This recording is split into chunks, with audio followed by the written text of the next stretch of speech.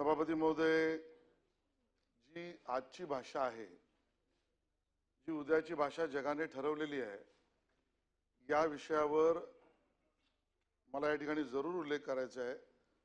खालचं सभागृह आणि वरचं सभागृह अजून वेळ आहे म्हणा, पण गेल्या 1.5-2 आठवड्यामध्ये केवळ एकमेव चर्चा या विषयावर या सभागृहात सन्माननीय सदस्य श्रीकांत भारती यांनी लावली आहे। खरं तर एकही प्रश्न या विषयावर आला नाही, याचं मला दुर्दैव आहे असं वाटतं। पण आपले सगळे सदस्य सजाण आहेत आणि आपापल्या पद्धतीने काम करतच असतील, याच्यावरही आमचा भरोसा आहे। सभापती महोदय, जगामध्ये एका नवीन संधीचं आणि आव्हानाचं स्वरूप हे आता माहिती तंत्रज्ञान युगामध्ये आर्टिफिशियल इंटेलिजन्सच्या रूपाने आलेलं आहे। इंटरनेटच्या आधारावर माहिती तंत्रज्ञानाच्या युगामध्ये जगातली शैक्षणिक व्यवस्था, व्यावसायिक व्यवस्था, संशोधनाची व्यवस्था, रोजगार निर्मितीची व्यवस्था, ज्ञान मिळवण्याची व्यवस्था, विविध व्यवस्थांमध्ये त्यांचा उपयोग हा आपण इंटरनेट आल्यानंतर त्या ठिकाणी सभापती महोदय बघितला। आणि मग जी भीती इंटरनेट येताना होती, जी भीती इंटरनेट येण्याआधी कॉम्प्युटर येण्याच्या वेळेला होती, जी भीती कॅल्क्युलेटरचा उल्लेख ज्या ठिकाणी सन्माननीय सदस्यांनी केला, तीच भीती आजही समाजामध्ये भीती किंवा भीतीवजा चर्चा ही आज आपण त्या ठिकाणी ऐकतोय। कॅल्क्युलेटर आल्यावर आपण असं ठरवलं आणि आपल्याला असं वाटलं की आता याच्या पुढे संगणकीय किंवा पाढे या विषयामधल्या विद्यार्थ्यांच्या किंवा आपल्या सवयी मोडतील आणि त्या विषयातली आपली गती अधोगतीला जाईल।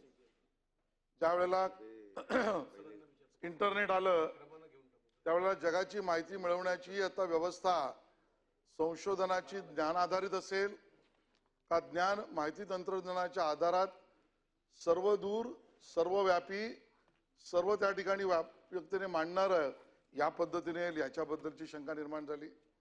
शंका तर ही पण निर्माण झाली की रोजगाराचं काय होईल। आणि मग कॉम्प्युटर ज्यावेळेला संगणक आले त्यावेळेला पण अनिल परब साहेब आपल्याला माहिती आहे की आपण चर्चा करत राहिलो की आता लोकांच्या नोकरांचं काय होईल। सभापती महोदय, अशीच एआयच्या विषयामध्ये आज पूर्ण चर्चा आज वेगवेगळ्या सर्कलमध्ये, विद्यार्थ्यांमध्ये, पालकांमध्ये, व्यावसायिक क्षेत्रात, रोजगार निर्मितीमध्ये, संशोधनामध्ये, कला संस्कृतीमध्ये, चित्रपट निर्मितीमध्ये, कुठल्याही पद्धतीचं डॉक्युमेंटेशन करण्यामध्ये, आर्किटेक्चर फॉर्ममध्ये, कुठलाही फॉर्म घ्या। शिंदे साहेब, आता आर्टिफिशियल इंटेलिजन्स या विषयातना सर्व क्षेत्र नव्याने मूलभूत विचार करायच्या दृष्टीने निघाली आणि मग आपल्या विधान परिषदेमध्ये सभागृहामध्ये शैक्षणिक व्यवस्थेवर त्याचा होणारा परिणाम हे आव्हान आहे की अडचण आहे, अशा पद्धतीचा प्रश्न सन्माननीय सदस्य श्रीकांत भारती यांनी केला।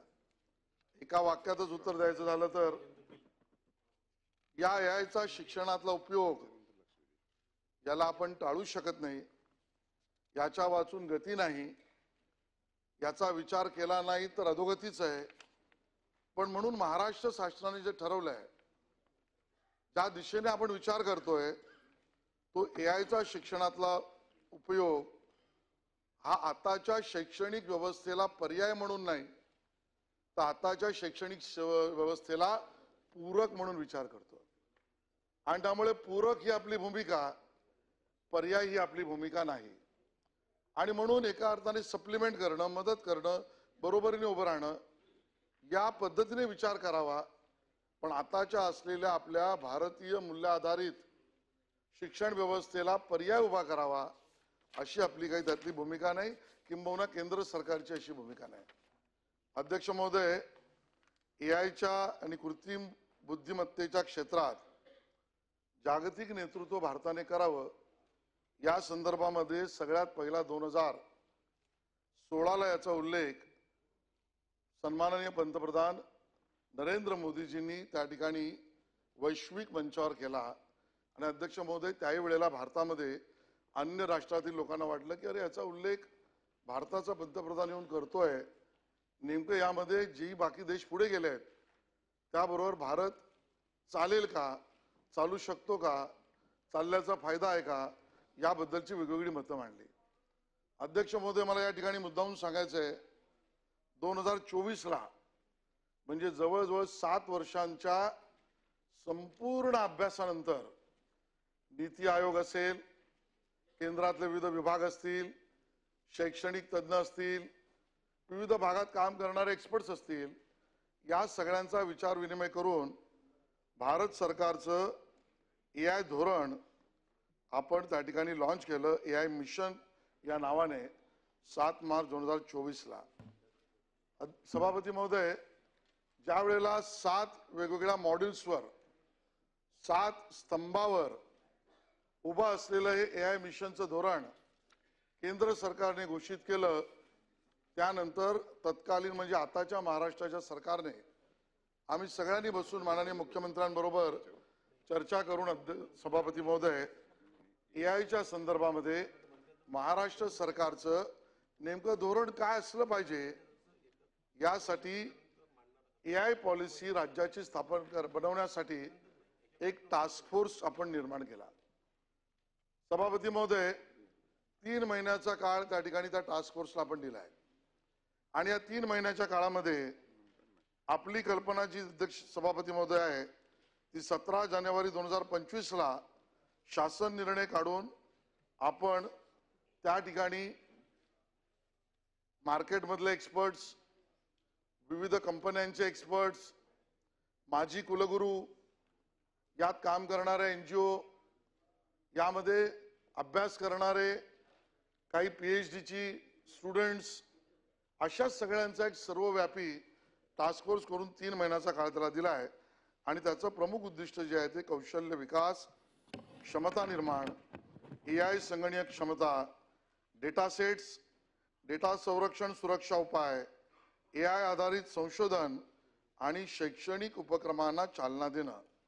आणि म्हणून सन्माननीय सदस्य श्रीकांत भारतीय यांनी जो प्रश्न उपस्थित केला, जो अतिशय योग्य आहे, की आपण आता नेमका AIचा उपयोग टाळणार नसू, तो होणार असेल, तो पूरक असेल, तो पर्याय नसला तरी नेमकं होणार आहे काय, यासाठीची समिती नेमा असं आपण म्हणालात. तर सभापती महोदय, मी सन्माननीय सदस्यांना आजच सांगू इच्छितो, AI पॉलिसी राज्याची एप्रिल महिन्यामध्ये येईल, त्यामध्ये शैक्षणिक व्यवस्थेचाही भाग असेल, त्या भागाच्या आधारावर शिक्षणामध्ये पूरक व्यवस्था निर्माण करण्यासाठी जी आपल्याला नव्याने व्यवस्था उभी करावी लागेल, त्याचं धोरण बनवावं लागेल, त्याचे नियम कार्यक्रम बनवावे लागतील, यासाठी एक समिती आपण जरूर नेमू, ज्यामध्ये पॅरेंट्स, टीचर्स, विद्यार्थ्यांचे प्रतिनिधी, शैक्षणिक एक्सपर्ट्स आणि अन्य आवश्यक असतील त्या लोकांना सुद्धा घेऊ. पण पहिली राज्याची AI पॉलिसी आपण एप्रिलपर्यंत त्या ठिकाणी आणू. सभापती महोदय, खऱ्या अर्थाने या शैक्षणिक व्यवस्थेतून जी आव्हानं समोर उभी राहत आहेत, त्यामध्ये केरळातलं एक उदाहरण सन्माननीय सदस्यांनी या ठिकाणी दिलं आणि एक आर्टिफिशियल इंटेलिजन्सने नवीन शिक्षक त्या ठिकाणी उभा केला गेला आणि हा भाई शिक्षक जो आहे तोच आता त्या ठिकाणी शिकवण्याचं काम त्या ठिकाणी करतोय आणि अशा पद्धतीच्या व्यवस्थेनंतर त्यांनी ज्याचा उल्लेख केला तो खरा आहे. विद्यार्थ्यांच्या उत्तरामधला समाजामध्ये भेदरकार निर्माण करतील अशी काही उत्तर त्या ठिकाणी समोर आली आणि त्यामुळे आता सुद्धा खरं तर AI पॉलिसीमध्ये याचा विचार होणार आहे. पण सभापती महोदय, काही गोष्टी सकारात्मक पण आहेत.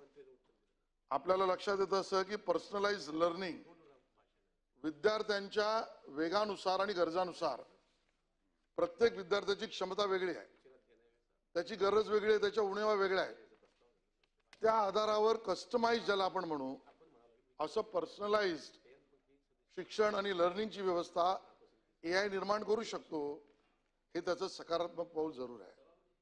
सभापती महोदय, शिक्षकांना सुद्धा अध्यक्ष सभापती महोदय, नेमकं शिक्षकांनी केलेला अभ्यासक्रम त्या आधारावर गुणांकन म्हणजे ग्रेडिंग, अभ्यासक्रमांचं नियोजन, विद्यार्थ्यांच्या प्रगतीचं विश्लेषण हे अधिक लक्ष केंद्रित पद्धतीने करता येतं. याचं कारण एखाद्या वर्गात आपण 50 मुलांना एकत्रित शिकवतो, त्यांनी जे त्यांच्या असलेल्या बुद्धिमत्ता आणि गुणवत्तेच्या आधारावर रिसीव्ह केलंय आणि मूल्यांकन सगळ्यांचं आपण सरसकट करतो, ही आजची व्यवस्था आहे. त्यात कदाचित जगामध्ये ही चर्चा आहे की एआयचा शिक्षक प्रत्येक विद्यार्थ्याचं गुणांकन आणि ग्रेडेशन हा त्याच्या क्षमतेनुसार आवश्यकतेनुसार वेगळं करू शकतो. हा सुद्धा सकारात्मक विचार समोर येतो. सभापती महोदय, व्हर्च्युअल ट्युटर, चॅटबोट्स, ऑनलाईन प्लॅटफॉर्म ही अभ्यासाची मदत आजकाल मुलांना सभापती महोदय प्रोजेक्ट्स करायला लावतात आणि त्या प्रोजेक्ट्समध्ये प्रत्यक्षात सगळीकडे ते विद्यार्थी जाणं हे किती अपेक्षित असलं तरी ते होत नाही. आणि मग ते प्रोजेक्ट्स केल्यानंतर त्याचं इव्हॅल्युएशन आणि त्याच्यात स्मार्ट शिक्षण प्रणालीच्या आधारावर प्रोजेक्ट्स निर्माण करायला ही एआय पद्धत सकारात्मक कदाचित होऊ शकते. सभापती महोदय, विशेष गरज असलेल्या विद्यार्थ्यांना मदत. आता सभापती महोदय, आपल्याला माहिती आहे speech to text, text to speech या पद्धतीची व्यवस्था जर या दिव्यांग मुलांना, मुलींना, कोणाला विद्यार्थ्यांना हवी असेल तर कस्टमाइज्ड एज्युकेशन याचं सोल्युशन ही एआय त्याला देऊ शकते. अशा सकारात्मक अन्य अनिल परब साहेब, आपण त्यातली सकारात्मक उत्तर घेऊ शकतो. सभापती महोदय, ज्याचा उल्लेख सन्माननीय भारतीय साहेबांनी केला त्यातली नकारात्मकता पण आपण डोळेझाक करू शकत नाही. म्हणजे विद्यार्थ्यांची मधील सर्जनशीलता आणि विचारशक्ती कमी होणे. एकदा ती सवय लागली की चॅट जीपीटीत गेला आणि माहिती विचारली का स्वतःहून काही रिसर्च केलं पाहिजे, शोधलं पाहिजे, वाचलं पाहिजे, असं स्वयंप्रेरित सेल्फ स्टार्ट अशा पद्धतीची स्वचिंतनाची समस्या ही आपल्याला दिसते. सृजनशीलता सुद्धा विद्यार्थ्यांची कमी होऊ शकते. सभापती महोदय, शिक्षकांच्या भूमिकेवर परिणाम किती आपण म्हटलं तरी सभापती महोदय, भाषा असेल, कला असेल, चित्रकला असेल, संगीत असेल, नाट्य असेल, नृत्य असेल, आविष्काराने जे शिकवलं जातं अशा पद्धतीच्या शैक्षणिक व्यवस्थेवर याचा होणारा परिणाम भयंकर आहे. म्हणजे मी सांगितलं तर आपल्यापैकी बऱ्याच लोकांना माहीत असेल, आज जर आपण याच्या माध्यमातून असं ठरवलं आणि विनंती केली की मला एक असं चित्र निर्माण करून दे ज्यात आमचे विरोधी पक्ष नेते अंबादास दानवेजी हे हत्तीवर बसून समुद्रात चालत जात आहेत, तर ते हे चित्र निर्माण करू शकतात. आणि काय म्हणताय सभापती महोदय, आणि सभापती महोदय म्हणून दानवे साहेबांनी अशी काही विनंती केली नाही आणि आम्ही करणार नाही. पण मुद्दा असा आहे की आपण असं काही निर्माण करू शकतो आणि म्हणून होय म्हणून ते शैक्षणिक व्यवस्थेत आणणं हे धोकादायक आहे. हा नकारात्मकता आहे. आणि केवळ तेवढंच नाही, बसल्या बसल्या काही उद्योग करायचे म्हणून समाजकंटक एखाद्या धर्माचं दुसऱ्या भाषेबद्दल, तिसऱ्याच्या भाषेबद्दल, चौथ्याच्या धर्मगुरूच्या फोटोवर असं काही निर्माण करून त्यातना होणाऱ्या समाजकंटकांना उपयोगी व्यवस्था, शैक्षणिक व्यवस्थेवर होणारा नकारात्मक परिणाम सुद्धा आहे. डेटा सुरक्षेचं आव्हान. सभापती महोदय, खऱ्या अर्थाने चॅट जीपीटी असेल किंवा एआय असेल, भाई याचं खाद्य काय आहे? याचं खाद्य ही माहिती आहे. तो सतत फिरणारा मेंदू आहे. त्याला आपण आर्टिफिशियल इंटेलिजन्स म्हणू, काही म्हणू, पण त्याची भूक एवढी आहे, जेवढं गुगलवर येईल, जेवढं युट्यूबवर येईल, जेवढं तुम्ही त्याला विचाराल, जेवढी माहिती त्याला मिळेल, आणि कदाचित मी म्हणतोय चुकीचं ठरणार नाही, जेवढ्या ॲप्सवर आपण जाऊ आणि तेवढ्या ॲप्सवर आपण संमती देऊन जेवढ्या आपल्या माहिती देऊ, आपल्या फोटोसहित ब्लड ग्रुप पर्यंत, आपल्या ट्रॅव्हलिंग पासून आपल्या बँक अकाउंटला जर आपण प्रोटेक्ट करू शकलो नाही तर तोपर्यंत या सगळ्या माहिती तो त्याचं खाद्य म्हणून वापरत जाईल. आणि त्या आधारावर सर्वसाधारणतः डायरेक्ट नाही, पण मराठी शाळेत आम्ही शिकलेलो तर आम्हाला माहिती आहे, पूर्वी आम्हाला आपल्याकडे लसावी मसावी असायची. लघुत्तम साधारण विभाजक, महत्तम साधारण विभाजक, असं ते महत्तम साधारण विभाजक काढून एआय त्यातली सगळी माहिती काढून देईल. आणि मग त्यातला जो डेटा वापरणार ना, तो भारतीय साहेब हा डेटा तुमच्या माझा डेटा सुद्धा संमतीविना वापरल्या गेल्याचे दुष्परिणाम हे सुद्धा शैक्षणिक व्यवस्थेत त्या ठिकाणी दिसू शकतात. विद्यार्थ्यांचा स्क्रीन टाइम वाढतो. सभापती महोदय, आजकालच आपण विद्यार्थ्यांना घरी म्हणतो, अरे बस झालं, किती वेळ मॅच बघितली. मॅच बघायला विरोध नाही, क्रिकेटवाला असलो तरी, पण स्क्रीनवर जास्त थांबू नकोस. तू मैदानात जा, तू अन्य 4 ठिकाणी खेळ खेळ. पण अशा पद्धतीने विद्यार्थ्यांचा स्क्रीन टाइम वाढला तर त्या ठिकाणी शारीरिक आणि मानसिक आरोग्यावर सुद्धा त्याचे परिणाम होण्याचे आपल्याला, आणि असे असंख्य आहेत, सकारात्मक आणि नकारात्मक. आणि म्हणून अध्यक्ष महोदय, सरकारची जी भूमिका आहे ती स्पष्ट आहे की आज तरी AI वर मिळणारी संपूर्ण माहिती ही ना केंद्र सरकारने अधिकृत केली आहे ना राज्य सरकारने अधिकृत केली आहे. त्यामुळे जी माहिती अधिकृत अजून सर्टिफाईड केलीच नाही त्याच्या आधारावर शिक्षण प्रणालीचा उपयोग करणारी व्यवस्था करणं हे आज प्री मॅच्युअर्ड होईल किंवा संयुक्तिक होणार नाही. नंबर 1. सभापती महोदय, यांची मर्यादा आणि आव्हाने दोन्ही असल्यामुळे हा AIचा संतुलित आणि जबाबदारीने वापर, म्हणजे ज्याला आपण असं म्हणू की एथिकल मार्ग जोपर्यंत याचा ठरत नाही, या AIचे एथिक्स जोपर्यंत ठरत नाही तोपर्यंत त्याचा वापर हे धोक्यापेक्षा खाली नाही. आणि म्हणून सरसकट वापरणं हे काही सोयीचं होणार नाही.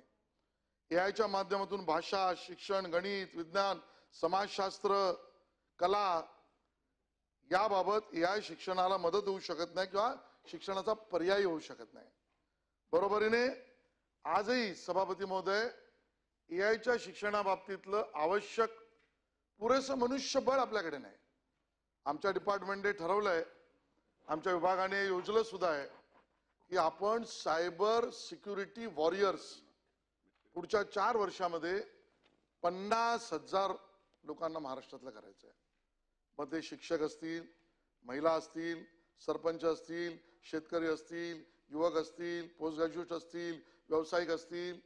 दे should act as alarm. This cyber security warriors needs to be act as alarm. असं समाजाला धोके दाखवणारी व्यवस्था इनबिल्ट जोपर्यंत आपल्याला ते पुरुष मनुष्यबळ करता येत नाही तोपर्यंत सरसकट वापरणं हे संयुक्तिक होईल असं मला वाटत नाही. शिक्षकांकडून त्याचा वापर अध्यापनासाठी सरसकट करणं यातले धोके तर मी अगोदरच सांगितले. आणि म्हणून सभापती महोदय, या सगळ्याला AI एक मदतगार म्हणून आपण बघू शकतो, तो पूरक म्हणून आपण त्या ठिकाणी वापरू, पर्याय म्हणून नाही. हे सरकारचं धोरण आहे. बरोबरीने जोपर्यंत महाराष्ट्र सरकारचं AI पॉलिसी होत नाही तोपर्यंत त्याच्यावर धोरणात्मक निर्णय करणं बरोबर नाही. एप्रिल पर्यंत AIची पॉलिसी निर्माण झाली की त्यानंतर सन्माननीय सदस्यांनी जे सांगितलं त्या पद्धतीने यामध्ये शिक्षणासाठी विशेष एक्सपर्टची कमिटी करून त्याच्याबद्दल पूरक व्यवस्था सुद्धा कशी करायची याबद्दलचा निर्णय आपण करू. पण अशा पद्धतीची चर्चा उपस्थित केल्याबद्दल सन्माननीय सदस्यांचा मी धन्यवाद करतो आणि थांबतो.